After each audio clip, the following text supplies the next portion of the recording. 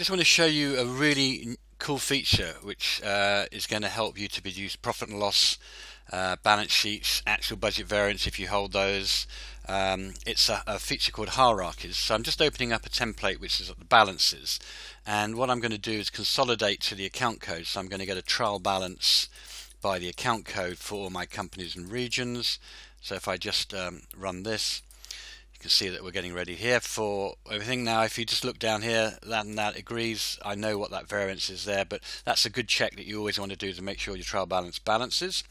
If I go into this feature here, I don't want that one, I want a new hierarchy, and you can build hierarchies on any of the dimensions in the system. So you can see I'm building them on the account code. This is the top node, which I don't want to show, but I'm going to add a new aggregated node, and that aggregated node is going to have a range of accounts, so I can add some ranges. So what I can do here is I know that my P&L accounts start with 4,000, so I could just basically put 4,000 in there and then 4,999. I could quite as easily just add accounts and file them across that's underneath that node, but in this particular stage I'm just going to show you that. I'm going to add another node here which is going to be my cost of sales. So this will be my cost of sales, and underneath that I'm going to have again a range, and I know that my cost of sales, if you look up here, go from 5,000 to 5,999. Obviously if you have ranges and your account codes are in that sort of order, it's going to be very easy to build these things. If you don't, you just have to come into the system. If I was to add another node, for example, I'm going to bring that up to the top. Here I could just actually just bring in particular accounts when and if I wanted it. I'm not going to do that here because I've finished my sales and total sales. So now what I want, I've got total sales. I need a new node here which is a calculation node, and that's going to be my gross profit. But just before I do that, we're just going to change this. I just need to click OK to set those calculations in place, because I want to actually pick them up now.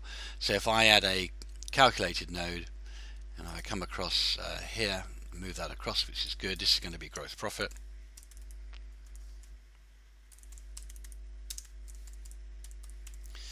And now what you'll see is the two calculations that I've just done.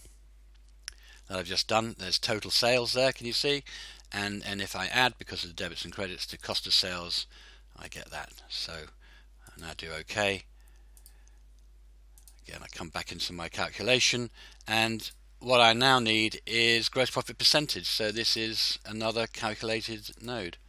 So this is GP percentage. And just put that there. And this time we're going to do a calculation again on the account dimension, and what we want to do, the calculation is, let's have a look, we probably want a bracket there, and we want gross profit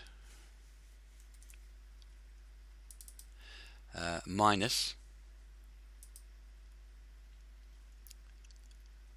total sales, in fact not minus, divided by total sales, close bracket, multiplied by 100.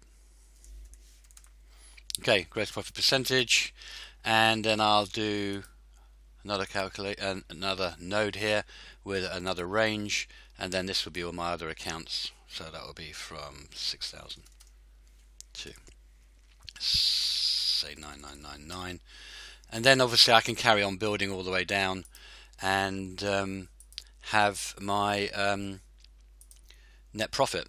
Now you can see that we've got this fantastic sort of expand and collapse calculation here.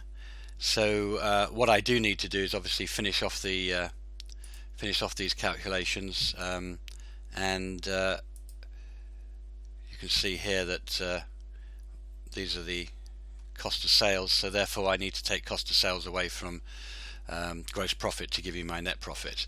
But hopefully you can see how that works. And of course, if I brought budgets in, and if you did have any budgets, and let's do just period 3, so I can remove that there, and let's bring in, say, cumulative 3 and run that. We've now got our high level P&L account at a budget level, and we can then add our variance and variance percent. So this is really what I was saying earlier. If you were taking advantage of Epicor 10.1, you can now put revised forecast and all that information in for because they now have unlimited data sets. So I think this hierarchy is going to be very, very useful. You'll also see that we can actually drill from that hierarchy to balances, which actually opens up all that information and that accounts there. Now we do have a couple of accounts that are actually AP. That's because I've mixed chart of accounts here, which you wouldn't normally do. This is on the demo database, but hopefully you can see what I'm doing here. If we go from cost of sales, I can drill through again to balances, and that opens up all that, and then from that particular information I can drill down to the journals, and from the journals we can then drill all the way down to the transactions if there is any periodic postings, which there are there, so we'll be able to see how that works. So hopefully that gives you an idea of the hierarchies and the power of the hierarchies, and I think it's going to really revolutionize FastClose for Epicor, especially if you can actually get budgets and forecasts in the system. Thank you very much.